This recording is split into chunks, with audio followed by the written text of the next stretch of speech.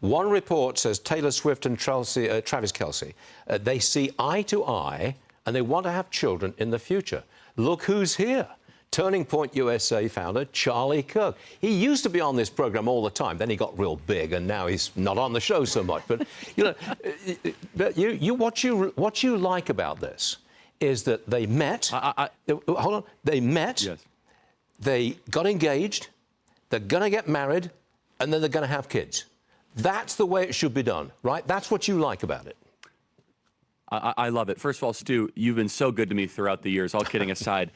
For well over 10 years, you've always had me on the show. When no one else would have me on, Stu Varney would have me on. And so I'm deeply grateful and thank you. So I mean that. Look, I love this story because even though I might not be the world's biggest Taylor Swift fan, getting married is awesome. I'm married with 2 kids and it changes you. It's good for society. It's good for the people involved, of course, the 2 people that are coming together in a covenant. And if we look at the numbers, and this should interest your viewers and your audience, we have a fertility crisis here in the West. We're having less and less children.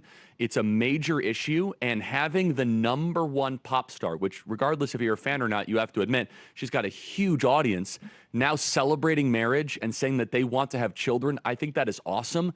You might see, you know, it's very funny, sometimes you see kind of these baby booms. Remember, that's why we call the certain generation baby boomers. We might now see the Swift boom in a couple of years. We might see a lot of young ladies now prioritizing marriage and children. I think it's awesome, and we should celebrate it. On a related note, the Grand Canyon University, I believe that's the largest Christian university in America, it hit record high enrollment.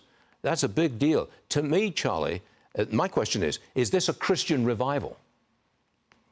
I certainly hope so, and I pray for that. I know the team at Grand Canyon, they're wonderful. President Mueller and all of them, they're doing a wonderful job. You know, I visit college campuses all the time, and more young people, they're putting God first. They're seeking Jesus. They want to find out the answers to the difficult questions. The most popular music right now on Apple Music is Forrest Frank, not rappers like Drake. And so we are seeing a total change that is defying a lot of the experts. You know, 10 years ago, when I was first coming on your show, Stuart, we would talk about, well, younger people are less religious and they're not as conservative. All that has changed post-COVID. And this is a really positive, heartwarming, and encouraging trend, one that I'm thrilled to see.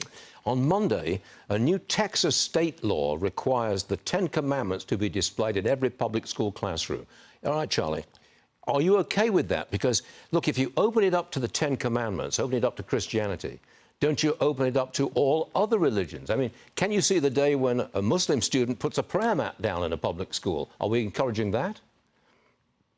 Well, we should encourage religious expression, but I think it's important that in the context of education, we have to understand that all value statements are going to come through education. And we have to ask ourselves the question, what is the value system that built the West? And the value system of the 10 Commandments should be inarguable. It's one of honoring your parents, believing that you should not murder, should not steal, should not give false testimony. And I would just make the argument that the Decalogue, the 10 Commandments given to Moses on Mount Sinai, that is the moral code that built all of Western civilization. And so I'm thrilled to see this, and I think we should be unapologetic to say, hey, we don't just want students to learn reading, writing, math, or arithmetic. We also want them to be good people. We should teach ethics, and I think the ethic that we can all agree on are those in the 10 Commandments. 10 years ago, when you first came on the show, I remember saying that you are going to be the President of the United States before you're 46.